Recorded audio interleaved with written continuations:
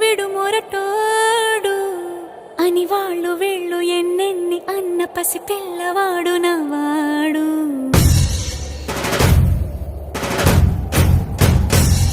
విడు ముండోడు అని ఊరు వాడ అనుకున్న గాని మహారాజు నాకు నవ్వాడు.